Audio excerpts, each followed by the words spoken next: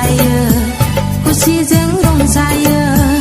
खुसिजों मोसायो खुसिजों रंजायो सनानि बड'लेण्ड लेब लेब रायजोआव अख्रां दावसा बायदिनै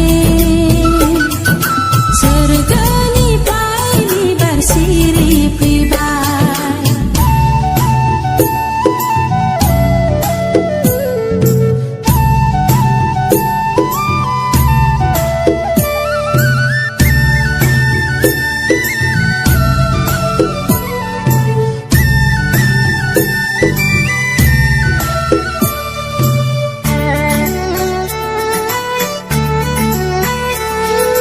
सोमखोर समायना मिथिंगा बिखायाव बर'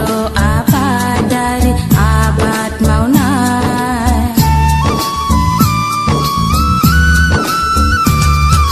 सिख्ला देलोंनि खेराइ मोसानाय गांगुमाखानि खाम दामनायजों